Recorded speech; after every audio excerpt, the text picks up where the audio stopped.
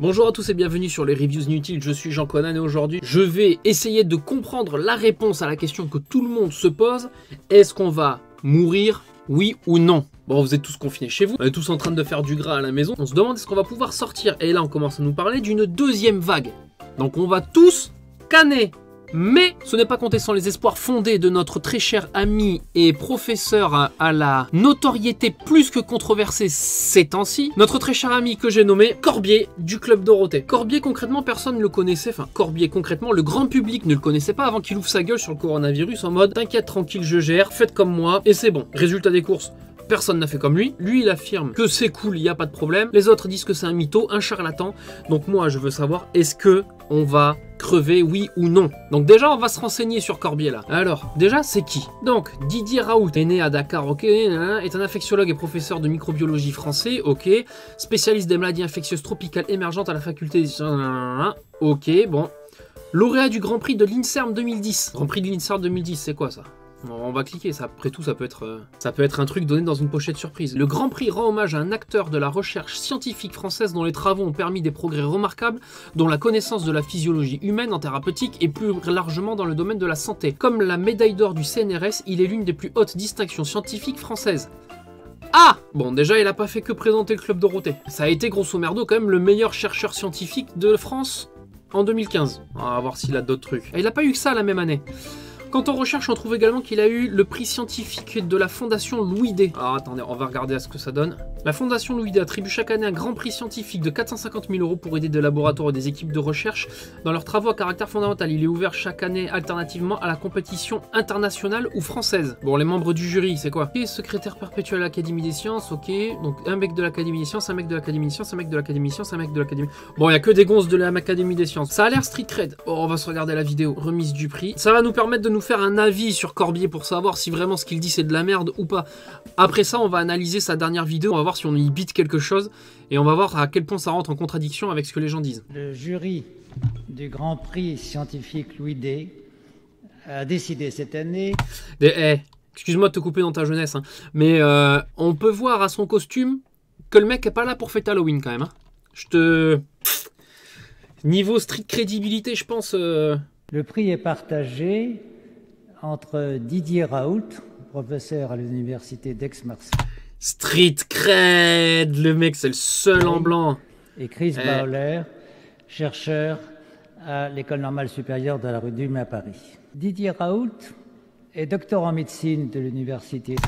Donc en fait, là, la Fondation Louis D qui donne 450 000 balles, en gros, ils viennent de dire que cette année, le prix scientifique, il est partagé entre deux gars, parce que les deux gars sont chauds. C'est quand même rare, compétition internationale. Hein. D'Aix-Marseille et docteur en sciences de l'université de Montpellier. Il dirige à Marseille un grand centre, CNRS INSERM, qui est intitulé Maladies tropicales et infectieuses émergentes, dans lequel travaillent 432 personnes. Quand même. Cet ensemble exceptionnel de chercheurs, de doctorants, de postdoctorants, d'ingénieurs et de techniciens a une productivité scientifique absolument remarquable, se traduisant par plusieurs dizaines de publications de haut niveau chaque année, avec un grand nombre de citations. Bon, clairement, il se fait sucer. Hein. Ah, il se fait sucer un truc de ouf. Hein. Là... Lauréat de plusieurs grands prix, en particulier récemment du Grand Prix de l'INSERM, Didier Raoult est internationalement reconnu pour ses travaux sur les bactéries pathogènes chez l'homme. N'oublions pas que plus que les guerres, les infections bactériennes et virales Gandalf sont responsables. Maintenant c'est fini. C'est plus Corbier, c'est Gandalf. Gandalf le Blanc. Franchement. Parmi les recherches de Didier Raoult, je voudrais tout d'abord citer sa découverte des mégavirus. Des virus d'une taille anormalement élevée qui a surpris tous les observateurs et qui a mené à une véritable révolution dans ce domaine de la microbiologie qui est presque à l'interface entre la virologie et la bactériologie. Ok, donc le mec, c'est pas un simple chercheur du Pôle emploi, en fait. Hein. Le gonze, il a l'air vraiment street cred. Il a découvert des trucs qui a mis le monde scientifique sur le cul. Bon. En fait, Didier Raoult est un chasseur et on pourrait presque dire un collectionneur de microbes. Plusieurs bactéries portent son nom. Et sa notoriété est encore plus attestée par le fait qu'un genre bactérien s'appelle Raoultella. Ah, ça fait des blagues chez les docteurs. S'intéresse Ils sont morts de rire aujourd'hui à des sujets qui concernent, comme cela a été dit il y a un instant, les bactéries du tube digestif. Mais grâce à son talent, à son expérience, je dirais même à son audace, Didier Raoult va l'aborder de façon tout à fait originale, en s'attachant particulièrement à l'étude de bactéries différentes. Non mais ça rigole zéro ce bordel. Hein. Ça rigole zéro. Franchement, regardez-moi ça. Que des mecs de l'Académie des sciences avec un costume... Tout laisse penser que les travaux de Didier Raoult pourront également contribuer, par l'étude des voies de synthèse au sein de ces bactéries, de trouver de nouvelles molécules qui pourraient devenir à terme des médicaments dans de très nombreuses maladies. Ok, bon, qu'est-ce qu'on apprend là? Grosso merdo, Gandalf, il est street cred, apparemment. En tout cas pour le monde du sérieux, hein, pas pour un expert BFM, hein, mais vraiment pour le monde de la science. Apparemment, Gandalf, il savate, quoi. Maintenant, on va voir ce qu'il a à dire. Est-ce qu'on va crever ou pas? Bon, on va voir sa dernière vidéo, on va voir ce qu'il dit. Professeur Didier Raoult, au vu des dernières données, où pensez-vous que nous en sommes sur le plan de l'épidémie? Et que pensez-vous donc du confinement, du déconfinement qui se rapproche? Et sur l'avancée de Sauron en dehors des terres du Mordor? Écoutez, nous on suit avec énormément de tests l'épidémie. Et donc, vous voyez qu'on a eu un pic qui était à ce moment-là. Et depuis, on a une décroissance continue. Et donc, le Mont Blanc. Cette courbe, c'est une courbe en cloche. Ça s'appelle une courbe en cloche. Okay. C'est la courbe typique des épidémies. La plupart du temps, ça se passe comme ça. Donc l'histoire de rebond, c'est une fantaisie qui a été inventée à partir de la grippe espagnole qui a commencé l'été. Donc il n'y a rien à voir. Et donc généralement, ça se passe en une seule courbe qui est une courbe en globe de cette nature-là. Et donc il y a... Donc moi je... Donc, lui, il attaque, hein, direct. Gandalf, il n'a pas le temps. Il a sorti l'épée et le bâton. Vous ne passerez pas! Cette manière de se construire est quelque chose qui est assez usuel pour les épidémies. Les épidémies ont disparu dans le temps, bien avant qu'on ait le moindre moyen de les contenir. Elles disparaissaient quand même. L'humanité est morte d'aucune épidémie. C'est comme ça. C'est pas con. L'humanité n'est morte d'aucune épidémie. Ça peut paraître bête, hein, mais c'est vrai qu'on est là encore. L'épidémie commence, s'accélère, elle culmine. C'est le moment maximal de transmissibilité. Et elle diminue et elle disparaît et on ne sait pas pourquoi. De la même manière qu'on ne sait pas pourquoi, quand nous, on suit depuis très longtemps les gens qui font un pèlerinage à la Mecque, qui reviennent à Marseille. Certains reviennent avec le virus de la grippe parce qu'ils ont rencontré des gens pendant la période pendant laquelle c'était épidémique. Mais comme c'est en été, il n'y a pas de cas secondaires parce que la grippe n'est pas transmissible ici en été. Je ne sais pas pourquoi, personne ne le sait. C'est ni la chaleur parce qu'il y en a en Afrique, ni l'humidité parce qu'il y en a en Afrique. Et donc, c'est des phénomènes d'écosystème. Dans notre écosystème, nous, de pays tempérés, il n'y a pas de grippe pendant l'été, en tout cas de la grippe ordinaire. En revanche, il y a eu de la grippe espagnole, il y a eu H1N1, il y a eu la grippe de Hong Kong qui sont développées pendant l'été. Donc, c'est un cycle général, habituel, qu'on voit, qui se reproduit assez souvent. Ça ne veut pas dire que chaque fois il va se reproduire, mais pour cette maladie dont on ne savait pas du tout comment elle se comporterait, on voit qu'elle se comporte comme ça. Et donc... Ah, c'est intéressant. Par contre, il dit quelque chose de vraiment cool. On ne sait pas pourquoi. On ne sait pas pourquoi. Pourquoi? Il y a une courbe, il y a une cloche, ok, ça s'arrête. Ça départ, ça accélère, ça se stoppe. On ne sait pas pourquoi. C'est comme ça, l'humanité n'en est jamais morte. Donc il y a des gens qui sont une très bonne équipe de mathématiciens de Singapour qui ont du coup fait une projection en disant, écoutez, si cette courbe se produit comme ça, essayons de voir si on retrouve la même courbe. Et donc ce qu'on voit, c'est que eh bien, donc, eux sont à Singapour, donc ils essaient de prévoir quand est-ce que ça va s'arrêter, et puis ça c'est le monde, et puis ça c'est les États-Unis, et vous voyez que ça marche très bien pour l'Italie, l'Inde a commencé un peu en retard, et que la Turquie a une courbe tout à fait comme ça, l'Angleterre aussi, l'Allemagne aussi, qui a l'air d'approcher de la fin, la France aussi, vous voyez, le même type de courbe, avec des pics qui sont dus plutôt à des artifices sur le nombre de cas, et donc qui ressemble, nous, à notre courbe.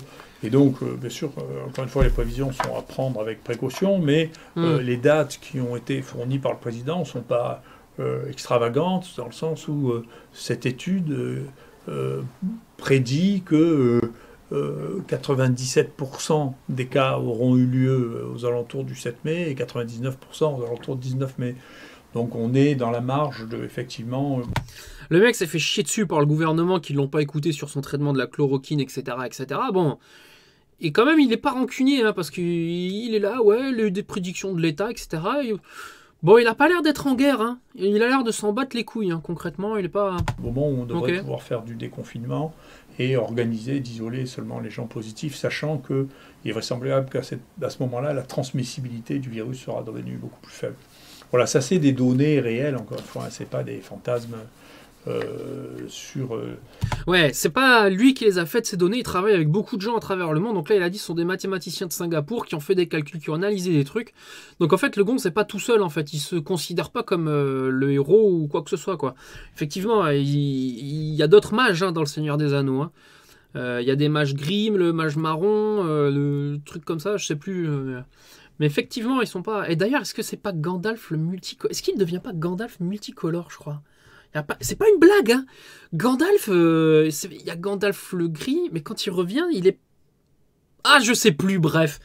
Si vous connaissez le Seigneur des Anneaux, marquez-les-moi dans le commentaire. Mais il me semble qu'il y a accès le mage multicolore en réalité. La maladie, hein, donc le rebond, je ne sais pas d'où ça sort, ça, le fait qu'il faut 70% d'une population immunisée pour la contrôler non plus, c'est des chiffres. Le rebond, ça sort du basket. Hein. Entièrement virtuel, c'est pas comme ça que ça se passe. En revanche, ce que je vous donne là, c'est juste des données d'observation, et des observations que vous pouvez avoir sur à peu près toutes les épisodes épidémiques, c'est comme ça, vous savez. Ouais, en gros, tes experts BFM, c'est de la merde remballe. Les gens, ils s'enflamment, ils disent n'importe quoi. Ça existait le temps de la variole, le temps de la rougeole, il y avait des épidémies, puis ça arrêtait, l'épidémie s'arrêtait. C'est comme ça, pour des raisons qu'on connaît très mal. Peut-être que l'avenir nous permettra de mieux comprendre les relations entre l'écosystème et la transmissibilité des maladies infectieuses. Bon, le mec, quand même, en ce qui concerne le rebond, la deuxième vague, il sort des exemples concrets. Des faits, les faits parlent. Je pense que les faits, on ne peut pas aller à l'encontre des faits. Maintenant, est-ce que lui, il est crédible? Bon, on a vu quand même que le mec, c'était pas n'importe quel bouc sorti de je sais pas quel hôpital clinique privé de mes couilles. Gandalf, il a l'air street cred. Bon, il tient des propos assez factuels. Pour lui, on ne va pas crever. L'épidémie, elle arrive à la fin. Ce n'est pas que lui qui le dit. Lui, il reprend les faits. Les épidémies, il y a un début, il y a une accélération, il y a une fin. Et on ne sait pas pourquoi. Et personne ne sait pourquoi. Même lui, il ne le sait pas. C'est question d'écosystème, c'est question de trucs et tout. Il dit pas, moi, je sais pourquoi. Il dit, on a observé que ça s'est toujours passé comme ça. Cassez pas les couilles. Vous dites n'importe quoi. C'est de la fantaisie. Bon. Eh bien écoutez, je pense que Gandalf il a répondu à la question qu'on se pose tous. Hein. Est-ce qu'on va crever? Visiblement non, ça touche à sa fin. Est-ce qu'il a raison? C'est un autre débat. Maintenant, c'est à vous de choisir. Est-ce que vous voulez écouter un mec qui a une si grosse paire de burnes dans le domaine de la médecine, à savoir multiples récompenses, à savoir, visiblement, d'après les vidéos qu'on a vues, c'est une putain de légende? Ou est-ce qu'on écoute les mecs qui font les études contradictoires? Qui sont ces gens qui font les études contradictoires? Voilà, sur Gandalf, en tout cas, on trouve très facilement des informations. Maintenant, les mecs qui font les études, est-ce qu'il y a un nom derrière? Moi, n'hésitez pas à me le marquer dans les commentaires. Est-ce que vous avez trouvé quelqu'un d'aussi crédible que lui qui le contredit? Voilà, moi c'est tout ce qui m'intéresse.